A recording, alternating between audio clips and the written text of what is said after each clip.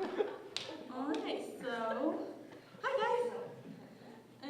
So, how was the night? Did you like it? Yeah? Give me a clap for the band.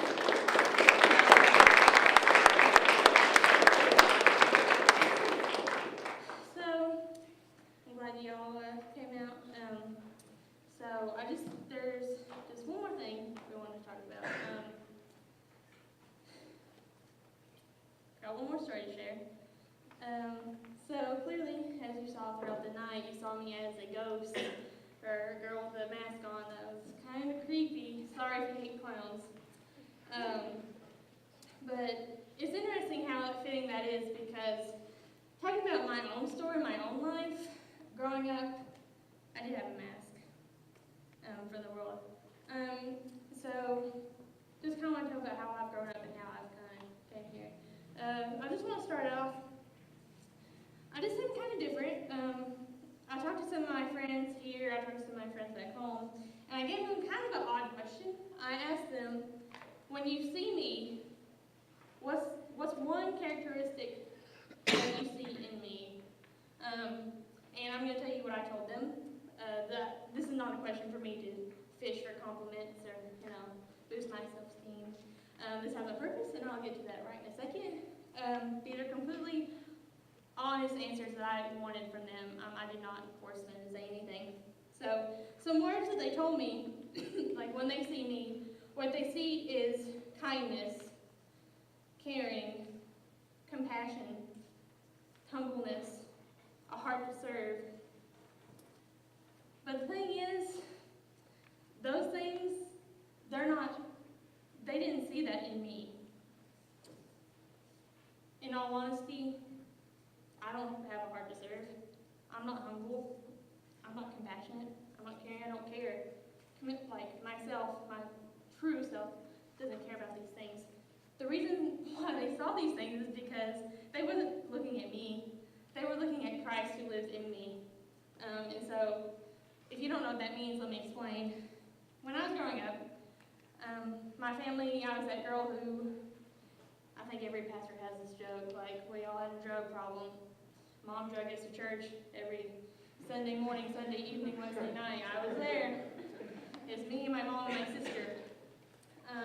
But it was just the three of us. My dad, he was not a believer. He didn't go with us. And because of that, it really put a hard relationship between me and my dad growing up. And something that I grew up as I got older, I started to grow really jealous of the people around me in church because I would see them and I would see what they had is what I wanted. Sorry. They had the perfect family. Both their parents were there, and those are things that I wanted. Growing up, there was a spell. My own mother had a spell where she didn't go to church for a very short time. So at one point, it actually was just me and my sister.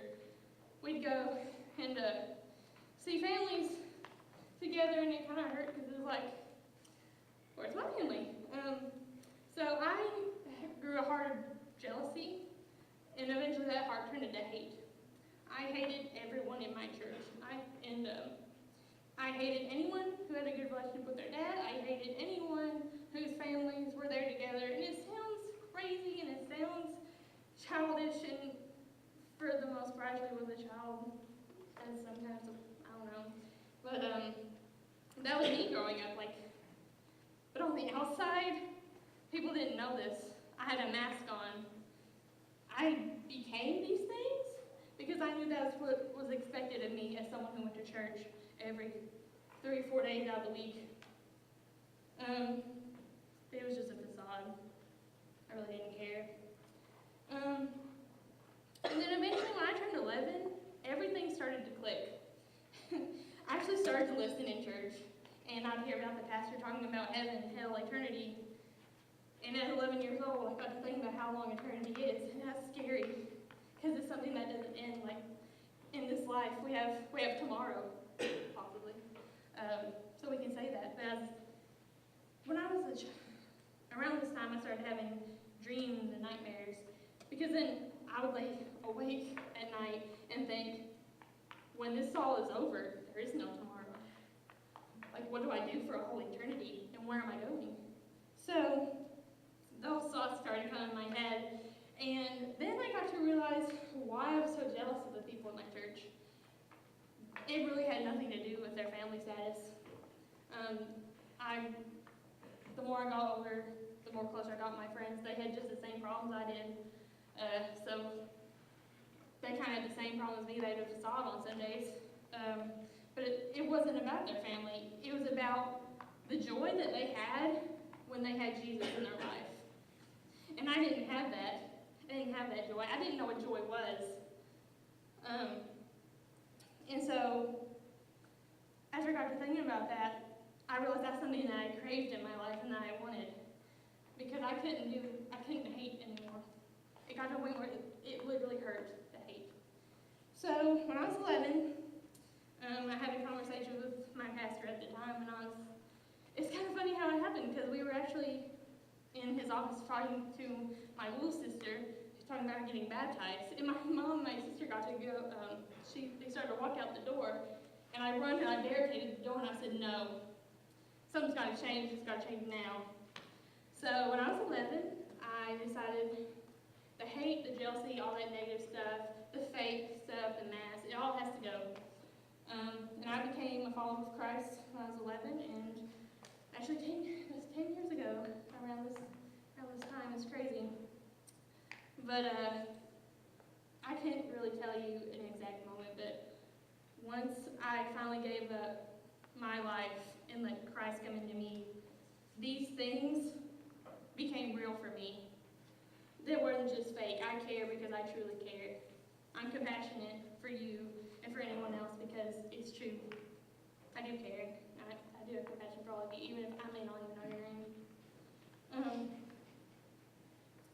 But yeah, ever since then, 11 years old, my life has changed forever. And you know, I've had my ups and downs. I haven't lived a perfect life, and you know what? I'm gonna be honest, it's hard. But you know what? It's worth it. It's so worth it. So yeah, that's really all that I have. If you have questions about that, come talk to me. Come talk to someone here. They would love to help. Just talk about it.